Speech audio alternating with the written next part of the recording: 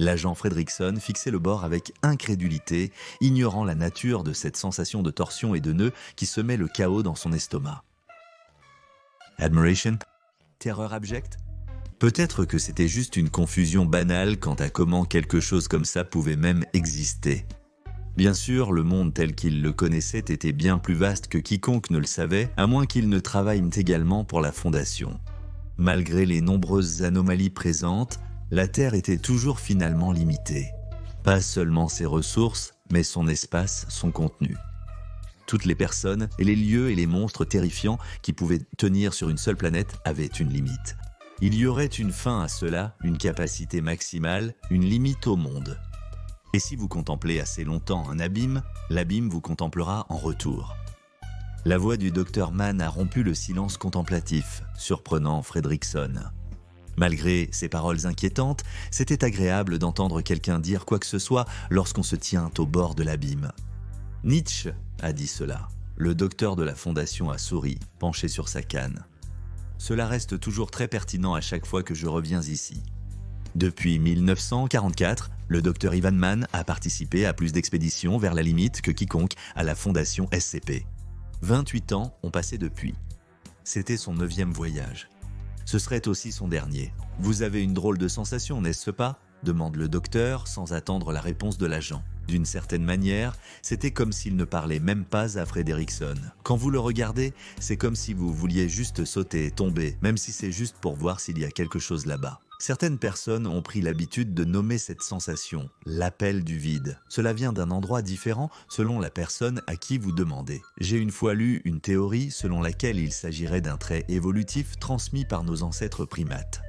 Apparemment, notre esprit pourrait prédire si oui ou non nous pouvons sauter vers la branche d'arbre la plus proche. Ou cela pourrait être un tour de l'esprit, la conscience d'être en hauteur, faisant très attention où nous mettons le pied pour ne pas tomber. Cela nous fait à son tour penser que nous voulions le faire. Qui sait, hein? En effet, qui sait? L'agent Fredrickson n'avait pas de réponse. Il continuait simplement à fixer la chute vertigineuse, voyant les eaux du Pacifique se retirer dans un espace de néant sans fin. Cela rendait l'agent mal à l'aise, malade, comme si son propre corps rejetait l'idée qu'il se tenait au bord du précipice où le monde s'arrêtait simplement. Il y avait aussi autre chose, un autre sentiment enfoui sous les torsions et les nœuds de ses entrailles. C'était un endroit triste, l'idée que le monde continuerait à tourner et à offrir de plus en plus à voir, mais qu'il n'y avait rien au-delà de cet endroit. Plus rien. Une fin à tout. Juste le vide et son appel.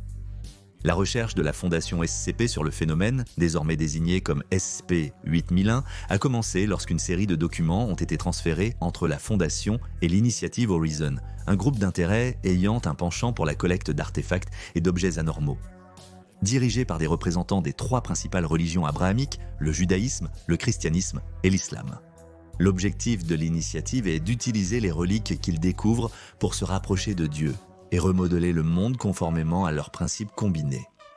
L'initiative Horizon entretient une relation amicale avec la Fondation SCP, ce qui a permis le transfert de documents sensibles entre les 2 organisations, conduisant à la découverte de SCP-8001. Cette preuve particulière qui a attiré l'attention de la Fondation était une carte marine détaillée créée par un certain Boris Kozlov, un marin et ingénieur russe né en 1845. La carte elle-même contenait une description détaillée d'un lieu qui, selon tous les registres connus, ne devrait pas exister, un endroit qui ne pourrait pas exister. Tout au long de l'histoire humaine, on a cru que l'existence de SCP-8001 avait été entièrement réfutée, puisque la preuve scientifique de la forme sphérique de la Terre remonte au 5e siècle avant JC, à l'époque de la Grèce antique. Malgré le fait que la circonférence de la Terre ait été calculée par Ératosthène dès 240 avant JC, il existe depuis longtemps de nombreux groupes marginaux qui croient encore à l'affirmation erronée que le monde est une surface plate. Il existe même des récits réfutés d'explorateurs historiques qui prétendent avoir découvert le bord entourant la circonférence du monde. Pour être clair, l'existence de SCP-8001 ne réfute pas les siècles de preuves bien documentées sur la forme de la planète. La Terre n'est, selon toutes les méthodes scientifiquement vérifiables, pas plate. Alors, comment peut-elle avoir un bord ? Eh bien, c'est précisément la question à laquelle les propres chercheurs de la Fondation tentent de répondre depuis 1942. Après avoir appris l'existence de SCP-8001 à partir du tableau de Boris Kozlov, la Fondation a été de manière inhabituelle peu enthousiaste à l'idée d'explorer l'emplacement par eux-mêmes. Étant donné que l'emplacement était supposé non seulement être éloigné, mais ne pouvait logiquement pas exister, aucune expédition ne serait faite pour atteindre SCP-8 1001 avant mars de 1942. Un navire appartenant à la Fondation naviguait entre Panama et Auckland, Nouvelle-Zélande, lorsqu'il est entré involontairement dans les eaux entourant SCP-8001. Un rapport émanant du navire lui-même a décrit un phare, ses faisceaux provenant d'une zone où il n'aurait dû y avoir aucune terre, juste des kilomètres d'océan à perte de vue. L'année suivante, de nouvelles explorations n'ont révélé aucun signe de masse terrestre dans la zone où l'observation initiale avait eu lieu. C'était jusqu'à ce que la carte de Boris Kozlov soit redécouverte. Elle avait été laissée dans le stockage de la Fondation au site 19, largement oublié. Maintenant, en l'utilisant comme un guide approximatif de la région, la Fondation a pu mener une exploration plus approfondie. En octobre 1943, ils ont découvert ce qui, selon tous les autres contes, ne devrait pas exister, la tour du coucher de soleil. Les nombreux écrits dispersés tout au long de l'histoire, de personnes qui se sont aventurées sans le savoir vers SCP-8001, décrivent qu'elles étaient perdues en mer, à la dérive dans des eaux orageuses, pour se retrouver soudainement dans un endroit plus calme, au milieu d'une tempête. Un marin romain ancien en 45 de notre ère, un écrivain chinois du IVe siècle et un navire du XIIIe siècle en Inde font partie de ceux qui sont censés avoir involontairement trouvé leur chemin vers SCP-8001. Ce ne sont là que les mésaventures que la Fondation connaît, et il pourrait très bien y avoir eu d'autres expéditions au bout du monde qui précèdent les leurs, qui n'ont tout simplement pas de traces historiques.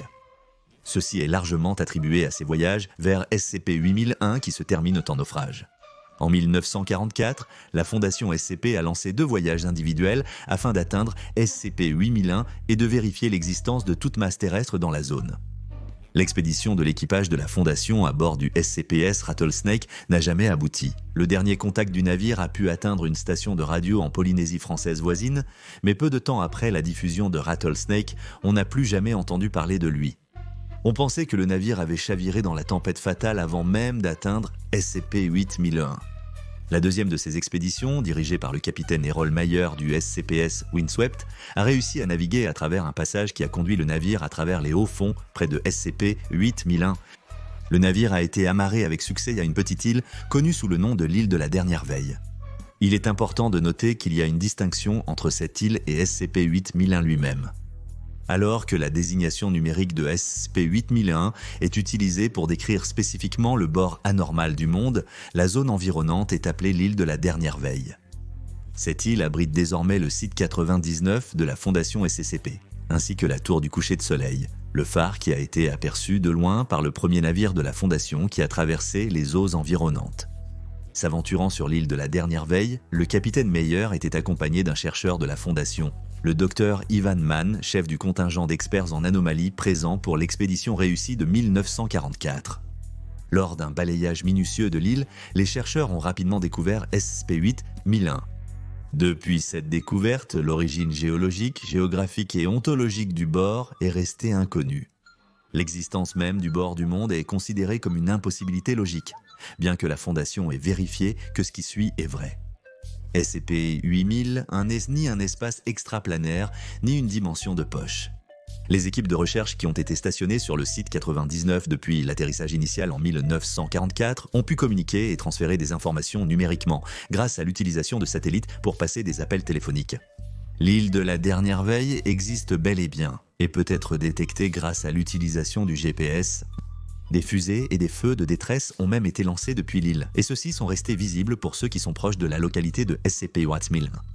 Le bord lui-même a été décrit comme une chute abrupte s'étendant du nord au sud, située dans l'océan Pacifique Sud.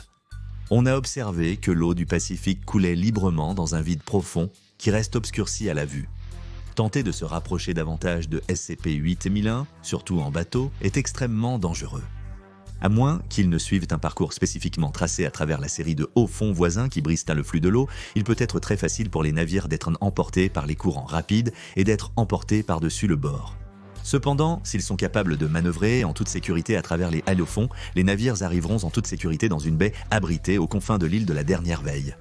Les navires pourront quitter l'île en suivant le même itinéraire en sens inverse en toute sécurité, à condition de garder le bon passage.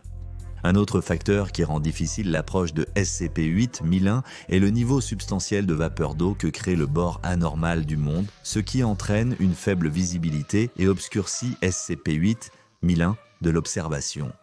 Bien que l'île de la dernière veille puisse être vue depuis des satellites ou des caméras aériennes, y compris celles lancées depuis la zone obscurcie de SCP-8-1001 lui-même, toute tentative d'observer SCP-8-1001 de plus près par la mer conduira inévitablement à un naufrage, et essayer de le faire par voie aérienne causera la perte d'un appareil où sa visibilité sera altérée par la vapeur d'eau, conduisant probablement à un crash. Selon les propres protocoles de confinement de la Fondation pour SCP-8001, le passage au-delà de SCP-8001 n'est actuellement pas considéré comme survivable. Les individus qui passent au-dessus de SCP-8001 sont considérés comme perdus. En explorant l'île de la dernière veille, le Dr Mann et le capitaine Meyer ont débarqué du SCPS Windswept, balayé par le vent sur la petite baie de l'île, sur la partie la plus à l'est de la masse terrestre. Le bord de l'île elle-même consistait en une saillie rocheuse émergeant des eaux qui menaient à SCP-8001. Taillé dans ces rochers près de la baie se trouvait un escalier que le contingent de recherche a commencé à gravir lentement.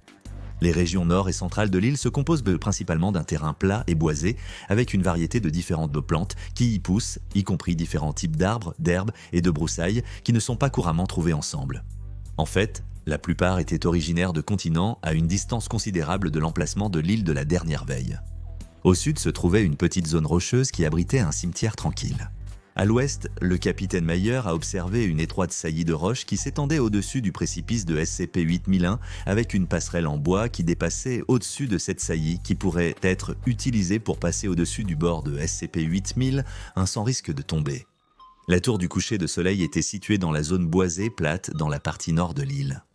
Après une observation approfondie, le Dr Mann et son équipe ont déterminé que la structure en pierre avait été construite dans plusieurs styles architecturaux contradictoires. Les parties extérieures de la tour semblaient être de l'ancien romain, mais tout au long du reste de la structure, on trouvait des exemples d'autres influences. L'Espagne du XVIIe siècle, la Chine du Ve siècle, la Grande-Bretagne, les États-Unis et les Pays-Bas, la tour elle-même étant construite d'un mélange de styles grec, égyptien, romain et mésoaméricain. Le Dr Mann a supposé que cet endroit avait été construit progressivement par morceaux au cours de milliers d'années, chaque nouvel arrivant sur l'île apportant ses propres influences lorsqu'ils agrandissaient la structure. Le phare lui-même fonctionne comme on pourrait s'y attendre, avertissant les navires des dangers potentiels de l'approche de SCP-8001. Alimenté par une lampe à huile et un réflecteur du XVIIIe siècle, il dispose d'un système de rallumage automatique, apparemment amélioré à un moment donné avec des éléments modernes pour maintenir le feu allumé et recharger son huile automatiquement, en anticipant son épuisement. L'étage principal de la tour du coucher de soleil semble être une bibliothèque contenant un dépôt de textes qui semblent avoir été rassemblés au cours de plusieurs centaines d'années d'exploration. Chacun des journaux, registres, graphiques, cartes et journaux intimes contenus dans la tour sont écrits dans une grande variété de langues du monde entier, y compris celles qui ne sont plus parlées. Jusqu'à présent, la Fondation a découvert des textes dans les langues suivantes: latin, français, grec, persan, anglais, allemand, espagnol, chinois, russe, coréen, ourdou, portugais, amharique et même un certain nombre d'écrits en langue pictographique, y compris le Ho'opel et les hiéroglyphes égyptiens anciens. La pièce la plus ancienne de la bibliothèque de la tour est une série de contes égyptiens qui remontent à aussi loin que 2300 avant J+C. Il n'existe qu'un seul dispositif de stockage numérique électronique moderne, un modèle précoce de lecteur MP3 de marque Sony. Pensé avoir été fabriqué en 2003, cet appareil est sécurisé dans un boîtier étanche, cependant il reste complètement inopérable. Il semble avoir subi des dommages irréversibles causés par l'eau, ce qui a conduit à la théorie de travail qu'il a échoué sur les rivages de l'île de la dernière veille tout à fait par hasard. Toutefois, quand le Dr Mann et le capitaine Meyer sont arrivés sur l'île en 1944, ils ont réalisé qu'ils n'étaient pas les uniques résidents de l'île. Au-delà de ceux qui semblent avoir découvert l'île avant la fondation, ou qui ont été échoués ou abandonnés là-bas, l'île de la dernière veille abritait une construction métallique douée de raison, appelée SCP-8001A. Cet automate, se nommant Aurélie, semblait avoir été conçu pour entretenir le phare et sa bibliothèque, et prétendait posséder la conscience d'un explorateur français du XVIe siècle, l'une des personnes malheureuses qui avait précédemment été abandonnée sur l'île. La construction était actionnée par une combinaison complexe de mécanismes lui permettant de se mouvoir et de parler en imitant le comportement humain. Selon une interview menée entre le Dr Mann et SCP-8001A, Aurélie avait observé la tour du coucher de soleil pendant plusieurs siècles. Il a expliqué que le nom de la tour avait été enregistré dans divers écrits conservés dans la bibliothèque et que l'île de la dernière veille était une mauvaise interprétation de la gravure sur une pierre tombale dans le cimetière. C'était le lieu de repos d'un homme nommé Jason Diolokos et on pouvait lire gardien de la dernière veille. Quelqu'un qui était arrivé sur l'île avait cru que la pierre tombale était une plaque nominative pour l'île elle-même.